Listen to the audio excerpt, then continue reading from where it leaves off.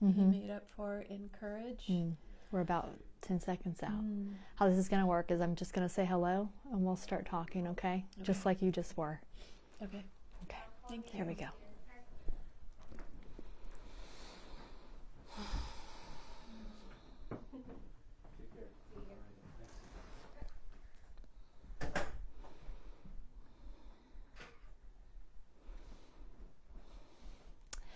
Hey Kennedy, I'm here with Nancy, and we've already started crying, so we're going to try to get through this together, but we are just learning more about Nancy's incredible son, Andrew. And you were just telling me Andrew was a bit of a miracle baby, born at, what, 3.5 pounds? He was 3.5 pounds when he was born. As I said, all babies are miracles, but Andrew was a little bit more of a miracle than other babies. So we had a bit of a road in his life. He was never on a growth chart. But what he didn't have in stature, he had in courage. And the Lord had blessed him with an amazing brain. He was incredibly smart and gifted that way, and had tremendous courage and tremendous fortitude. You know, he just strength of character and ability to work through hard things when you're not as big as other men in police and things like that. You have to work harder. And he did. It sounds like he was so honorable. People who talk about him talk about how courageous he was, and he ran toward danger that day. He did. He finished 4th in his class in Denver. So for all police, everything, where you are in the class is important. And so he was 4th in his class in Denver, and that was a lot of hard work. Tell me a little bit about the medal that you're wearing, because that's important. So this medal, I think it's St. Michael, right? The Archangel, yeah, protector. So his aunt gave it to him at his college graduation, and Andrew wore it every day, put it on every morning, whether he would.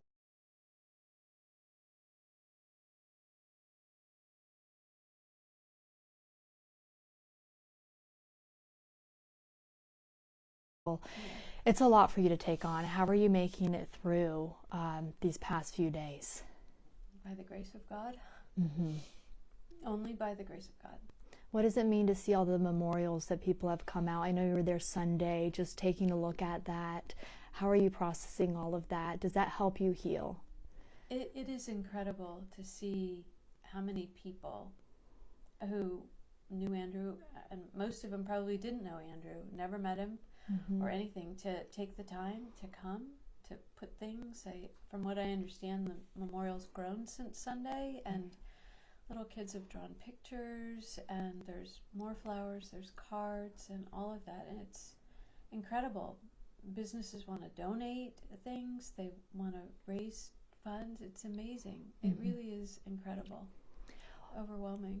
Tell me a little bit about Andrew. I was speaking with one of his colleagues this morning, and he was telling me he was eccentric, is how he described him, and very funny and loved to laugh. Tell me about his personality. So Andrew had a wonderful sense of humor. He had a dry wit about him. You had to listen to him.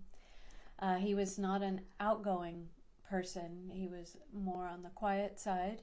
But if you were willing to, if you would listen and things like that, he said a lot of really funny things. He loved hiking. We would do a lot of hiking and walks together. He loved cats. What do you want people to remember about him as he leaves a legacy behind? It sounds like he was an incredible police officer. He was. He was a dedicated police officer, extremely dedicated in everything that he did. He was very well regarded and had much success in his work in Denver. I don't know if you know, but he was a DUI enforcement officer in Denver, and he was the Mad Colorado Hero of the Year for 2021. So the Lord used him in a mighty way in Denver, and the Lord used him in a mighty way here in West York. And what did he like being about an officer? Did he always want to do this growing up? Was this something that, or was it just a calling that he found because he's so courageous? I think it was a calling that he found. in college. Initially, I kind of saw a military career for him, but that waned a little bit, and he pivoted to law enforcement in the beginning, like his freshman year of college. But I could see that in him as a small child, you know, just the so military, you know, you like order, you like rules, you know, things like that. And Andrew was very much like that. You know, he knew when it was time to leave to go to school and everything. He would tell me, "Time to go." That's when he would always he'd come downstairs. He'd say, "Time to go." And he never wanted to be late. If you weren't 5 minutes early, you were late. He's good. So he was very much that way. So I could see that I could see military in him, but then he pivoted to police, which I could absolutely see as well. What are you going to miss about your relationship with him? Were you guys very close? Yes. Yeah. Andrew was my everything. We were very close. Yeah. He moved back to Pennsylvania in 2022 because I wanted him close. And 2020 and 2021 were difficult years, especially 2020 in police, and parents of loved, you know, family members of police officers and things like that. It was a rough year. He came home. I wanted him to be home, and people would ask him, "Why did you move back to Pennsylvania?" And he would always point to me. So we saw each other once or more times a week. We'd have dinner, we'd have breakfast, we'd go for a walk. Yeah. We Snapchatted each other all day long, throughout the day, and all kinds of things. I mean, I poured myself into him. He sounds 100%. Like an incredible man, and we can tell just from talking to people. So we're going to wrap up here, but you and I can continue this conversation for later. Thank you so much for joining us, and thank you for joining us too, as Nancy gives of herself today, as her son gave of himself every day in his line of service. We're going to toss it back to you guys now.